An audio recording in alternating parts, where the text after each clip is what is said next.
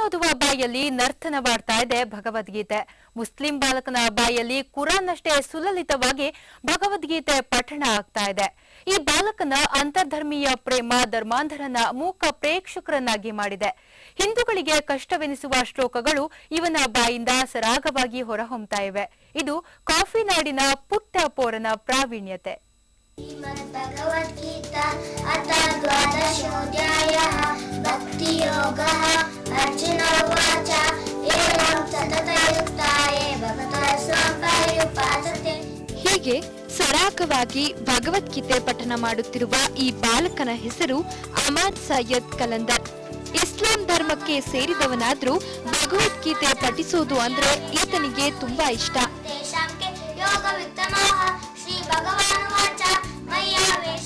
ಕೇವಲ 9 ವರ್ಷ ವಯಸ್ಸಿನ ಈ ಬಾಲಕ ಭಗವದ್ಗೀತೆಯನ್ನ ಸುಲಲಿತವಾಗಿ ಪಠಿಸೋದಷ್ಟೇ ಅಲ್ಲ, 18 ಅಧ್ಯಾಯಗಳಲ್ಲಿ 15 ಕಂಠಪಾಠ ಮಾಡಿದ್ದಾನೆ.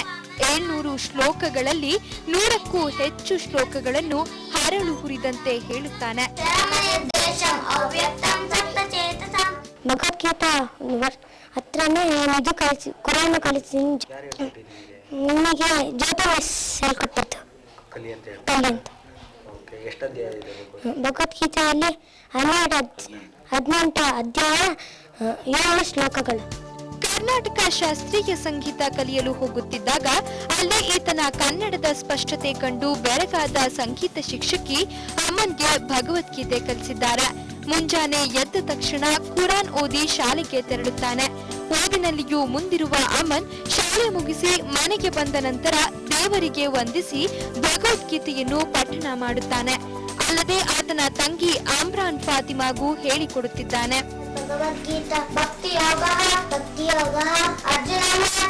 ಅರ್ಜುನ ಉವಾಚ ಏವಂ ಸತತಯುಕ್ತಾಯೇ 4 ಮಂತ್ಸ್ ಇಂದ ಕಲಿತಾ ಇರೋದು. ಆಕ್ಚುಲಿ 6 ಮಂತ್ಸ್ ಇಂದ ಸಂಗೀತ ಕ್ಲಾಸಿಗೆ ಹೋಗ್ತಾ ಇದ್ದ. ಹಾಗೆ ಅವರು ಮೇಡಮ್ ಅವರು ಈ ಒಂದು ಟ್ಯಾಲೆಂಟ್ ನೋಡಿ ಅವ್ರಿಗೆ ತುಂಬಾ ಇಂಪ್ರೆಸ್ ಆಗಿ ಅವರು ಅವನಿಗೆ ಇದು ಹೇಳ್ಕೊಡ್ತಾರೆ, ಭಗವದ್ಗೀತೆ ಹೇಳ್ಕೊಡ್ತಾ ಇದ್ದಾರೆ. ಸಂಗೀತದ ಜೊತೆ ಭಗವದ್ಗೀತೆನೂ ಹೇಳ್ಕೊಡ್ತೀನಿ. ಅವನು ಭಗವದ್ಗೀತೆನೇ ಹೇಳ್ಕೊಡಿ ಅಂತ ಅವ್ರ ತಂದೆ ತಾಯಿ ಪುಸ್ತಕ ತಂದ್ಕೊಟ್ಟು ಅದನ್ನು ಕಲಿಸಿ ನಮ್ಮ ಮಗನ್ಗೆ. ಅವರು ಕುರಾನ್ ಇದು ಮಾಡಿದ್ರು ನಮ್ಮ ಭಗವದ್ಗೀತೆನ ಕಲಿಸಿ ಅಂತ ಅವರೇ ಪುಸ್ತಕ ತಂದ್ಕೊಟ್ಟು. ಕುರಾನ್ ನಮ್ಮ ಧರ್ಮ ಗ್ರಂಥ, ಆದರೆ ಮಗ ಭಗವದ್ಗೀತೆ ಪಠಣ ಮಾಡುವುದರಲ್ಲಿ ತಪ್ಪೇನಿಲ್ಲ. ಇನ್ನು ಮಗನ ಭಗವದ್ಗೀತೆ ಪಠಣವನ್ನು ಕಂಡು ಸಂತಸ ಪಡುವ ಅಮನ್ ಹೆತ್ತವರು ಮಗನ ಸಾಧನೆಗೆ ಬೆಂಬಲ ನೀಡುತ್ತಿದ್ದಾರೆ. ಒಟ್ಟಿನಲ್ಲಿ ಮುಸ್ಲಿಂ ಬಾಲಕನ ಈ ಭಗವದ್ಗೀತೆ ಪಠಣ ಕಾಫಿ ನಾಡು ಚಿಕ್ಕಮಗಳೂರಿನ ಜನರನ್ನು ನಿಬ್ಬೆರಗಾಗಿಸಿದೆ. ಏನೇ ಆಗಲಿ ಬಾಲಕನ ಭಗವದ್ಗೀತೆ ಪ್ರೇಮ ಮತಾಂಧರಿಗೆ ಪಾಠ ಕಲಿಸಬೇಕಾಗಿದೆ. ನ್ಯೂಸ್ ಚಿಕ್ಕಮಗಳೂರು. ಈಗ ಜಿಲ್ಲೆಗಳ ಸುದ್ದಿಗುಚ್ಚ.